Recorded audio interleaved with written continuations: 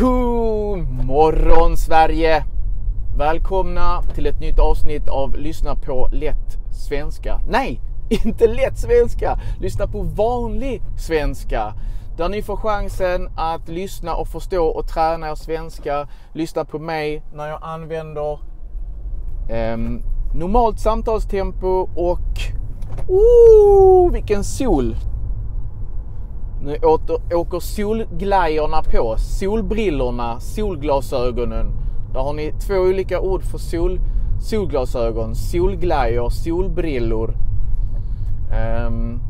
Ni får lyssna och där fick ni ett exempel på där jag använder vardagliga ord.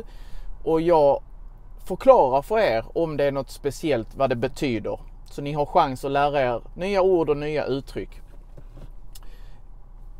Först vill jag säga tack till alla som kommenterade förra videon. Jag kan fortfarande inte riktigt förstå att det är så många som tycker de här filmerna är intressanta. Där jag kör till jobbet och babblar på svenska. Pratar en massa om olika saker. Och jag läser alla era kommentarer och som jag sa innan, ni får jättegärna ställa frågor till mig i kommentarerna, för då får jag något extra jag kan prata om i de här filmerna. Jag läste att några av er bor, det var Stefan tror jag som bor i Tyskland, tror jag, som brukar åka på semester till Sverige, till Skåne. Och eftersom han åker till Skåne så behöver han träna på skånska. Och då har han kommit till rätt kanal. Och även om det var Maria som skrev och berättade om sin semester i Norge. Där det hade regnat typ 3 och 5 dagar. Men Norge är fantastiskt. Så grattis, bra val av semesterland. Om man gillar vacker natur.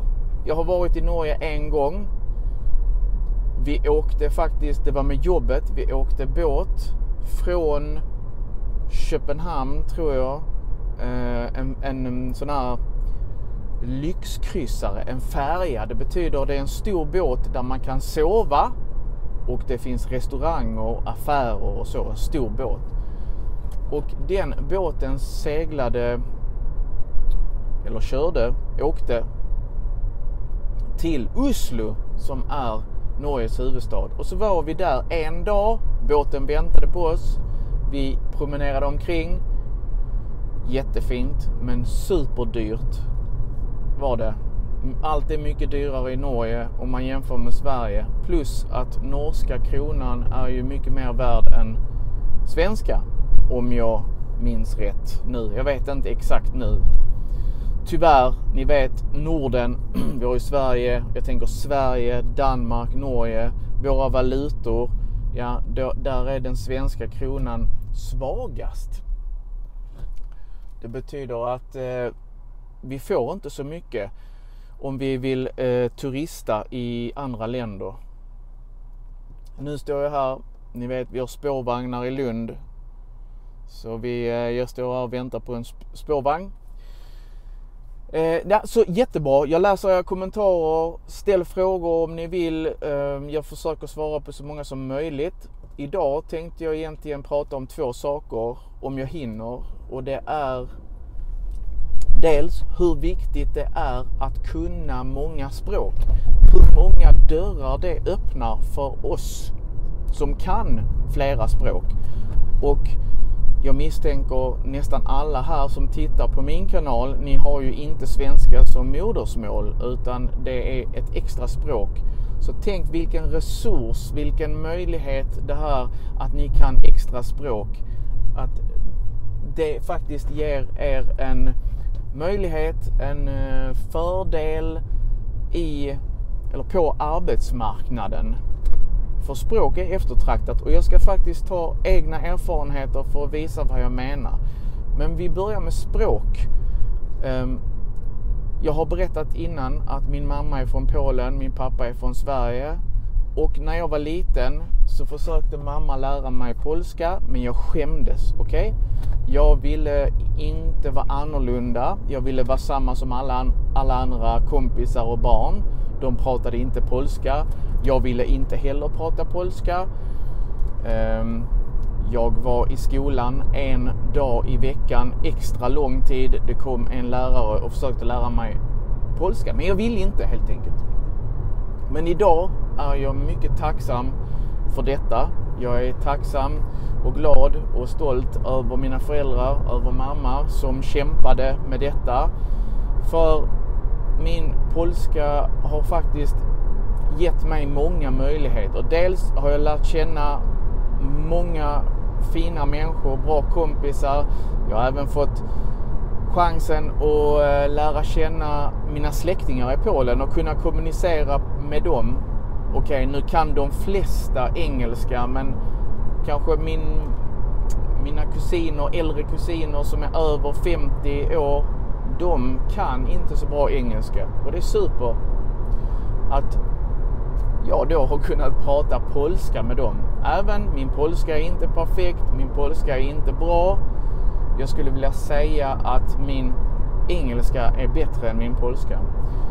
Men 2016, då hade jag jobbat som lärare. Jag tror jag började jobba som lärare 2007 eller 2008. Så typ 8 år hade jag jobbat som lärare. Och då kände jag, men jag vill testa någonting annat. Jag vill göra något annat än att bara vara lärare. Så jag tog tjänstledigt från jobbet. Tjänstledigt, det betyder att man får lov att ta ledigt från jobbet typ 1 år om man vill prova på ett annat yrke. Och sen efter det året, då kan man komma tillbaka till jobbet och min lärartjänst finns fortfarande kvar, så jag kan fortsätta jobba. Så jag tar ett break 1 år från mitt jobb. Många gör det för att testa andra jobb, kanske studera, göra någonting annat. Så jag var nyfiken på hur det är att leva och jobba och bo i Polen, som är min mammas hemland. Mitt hemland är Sverige, jag är född i Sverige, jag känner mig svensk, men jag har också polskt blod och är jättestolt över min halva polska identitet. Så jag sökte jobb, jag gick in på internet och jag sökte jobb och jag tänkte, men vad är mina styrkor då? Jo, jag kan engelska, jag kan svenska, jag kan polska väldigt bra. Och jag gick in på internet och jag sökte tjänster i hela Polen. Och jag skrev in där de söker efter någon som kan både polska och svenska och engelska. Och där fanns ganska många jobb att välja mellan faktiskt. Och jag tror jag hittade 3 intressanta jobb och jag skrev ett CV och jag skickade iväg det här CV:t digitalt på internet till de här 3 företagen. Och de här 3 företagen var på helt olika platser i Polen. Ett företag var, nu kommer jag inte ihåg typiskt, jag hade det, Visma var det. Visma är ett sånt här det är ett företag som har såna plattform, jag tror, som handlar om lön. Man rapporterar in löner, löneutbetalningar och massa datasystem. Så det fanns ett jobb i Krakow. Och sen så sökte jag ett annat, om det var på Arla eller någonting, som är ett svenskt företag som har öppnat i Gdańsk. Och Visma är nog också, jag tror, om det är norskt eller svenskt, jag vet inte. Och sen sökte jag också till Volvo i Polen, i Katowice. Så jag sökte 3 olika jobb. Alla 3 jobben behövde man svenska. Det var ett plus om man kunde det svenska då. Och jag fick alla 3 jobben. Så jag kunde välja vilket jobb jag ville ha. Och jag valde Volvo, eftersom det var i en stad i Polen, Katowice, som jag aldrig hade varit i tidigare. Jag kände ingen där. Den ligger ganska långt ner i Polen, mer mot tyska, ganska nära Tysklands gräns. Och så jag kommer ihåg mina föräldrar, de sa: Mikael, vad gör du? Du förstör ditt liv. Men man får tänka på att mina föräldrar, de är äldre. På deras tid kunde man inte ta tjänstledigt från jobbet. Alltså du började på ett jobb när du var 15 år och sen jobbade du där hela livet. Du bytte inte jobb liksom. Det var konstigt. Jag vet inte, har ni samma tradition och så i ert hemland eller era föräldrar, att man väljer ett jobb och så stannar man inom det jobbet alltid? Medan jag tycker att det är jättebra att testa nya saker, och jag önskar jag hade gjort detta mer. Jag hade utvecklats jättemycket som person om jag hade testat andra yrken än läraryrket. Även om jag älskar detta yrket. Det är inte för sent än. Jag kanske gör ett karriärsbyte. Men jag tänker att läraryrket är ett väldigt bra yrke att komma tillbaka till sen. Ni vet, i Sverige går man i pension, tror jag, när man är 67 eller 68. När jag blir i den åldern så tror jag att det kan bli 70 år eller 71 år att man ska jobba när det är dags att gå i pension för mig. Och då hade det varit perfekt att jobba som lärare, för då kan man, det är inte så krävande fysiskt. Alltså du behöver inte lyfta, du måste vara psykiskt och det är bra för hjärnan. Man håller sig liksom igång, man håller hjärnan igång. Och man kan gå ner och jobba kanske 60%, 70%. Ta det lite lugnare, men man kan jobba lång tid. Dessutom har jag en väldigt ung flickvän ju, så att när jag går i pension så kommer hon jobba många år. Och då är det lika bra att jag också jobbar, eller hur? Men vi får se.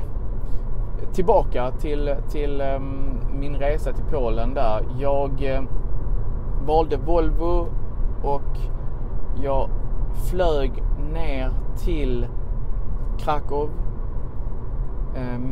eller Poznań var det faktiskt. Poznań med 2 stora resväskor. Det var allt.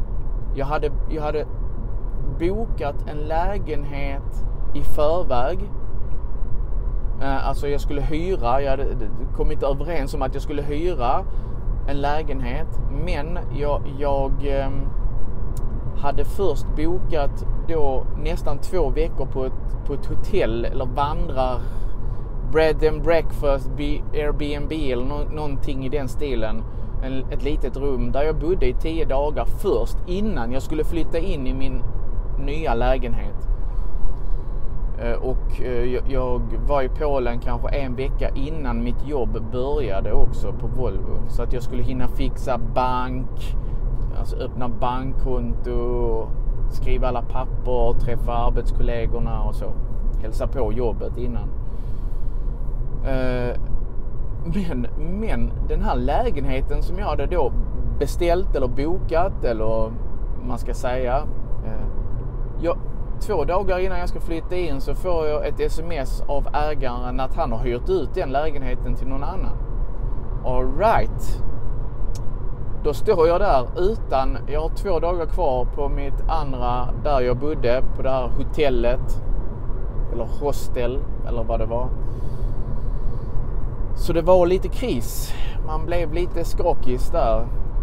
Men som tur var så fick jag faktiskt tag i en annan lägenhet. Ganska dyr lägenhet, men vad ska man göra? Men det som var bra, det var att den här lägenheten låg väldigt nära jobbet. Så det var ett stort plus. Så jag åkte dit med taxi, kommer jag ihåg. Och jag fick nycklarna. Och det var en mysig lägenhet. Jag tyckte om den lägenheten. Men de som hade bott där innan, de måste ha haft katt. Och jag är allergisk mot katter. Så jag nös jättemycket, och när jag la mig i soffan, för den var möblerad, den här lägenheten, ja då kliade liksom överallt. Och det tog nästan ett halvår innan den känslan av allergi försvann. Typiskt. Men i alla fall, jag flyttade in. 2 dagar senare började jag jobba, och det var fantastiskt. Det som var fantastiskt, det var att jag jobbade med dataprogram, okej? Inte bara, men min roll där, det var att jag satt och hanterade och pratade och mejlade och i telefon med svenska leverantörer till Volvo, alltså svenska företag som sålde delar till Volvo för att Volvo skulle kunna bygga. Egentligen var det inte bilar, utan det var Volvo bussar, det var Volvo motorer, det var Volvo typ grävmaskiner, det var olika. Volvo är uppdelat i olika företag, så att det var leverantörer till olika Volvo-företag, och mitt jobb var att titta och hjälpa leverantörerna och se när deras fakturor skulle betalas. Alltså, de sålde saker till Volvo och Volvo skulle betala de pengar. Så de skickade en faktura till Volvo och Volvo ska betala de pengar. Och de kunde mejla och ringa till mig, och jag kunde hjälpa dem och ge information. När ska fakturan betalas? Är det några problem med fakturan?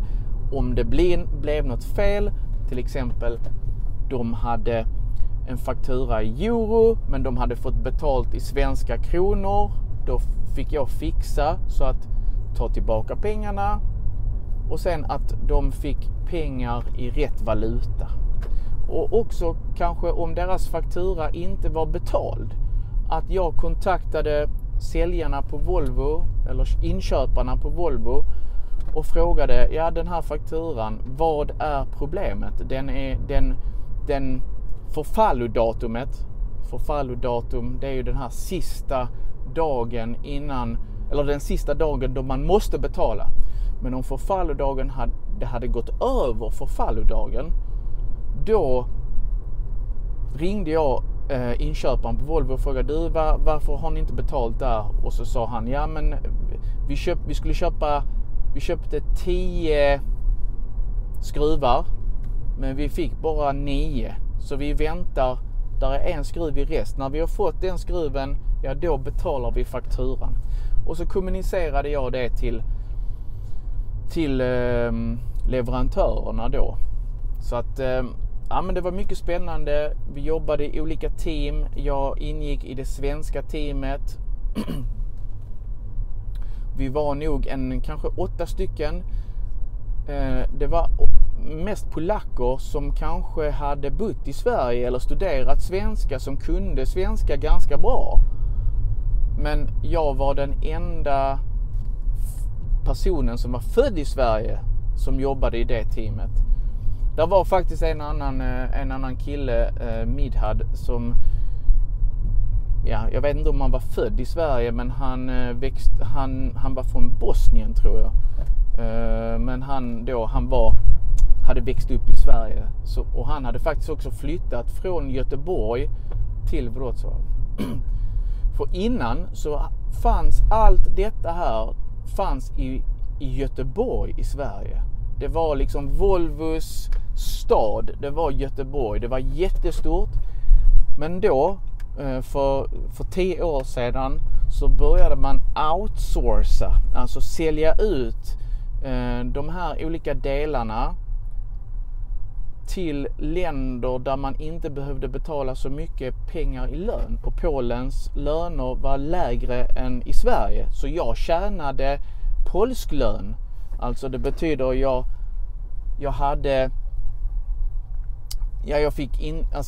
tjänade ganska lite om man tänker med svenska mått.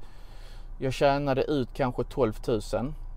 Men i Polen 2016, då var det väldigt bra lön. Eller helt okej lön var det i alla fall. För att det var mycket billigare i Polen.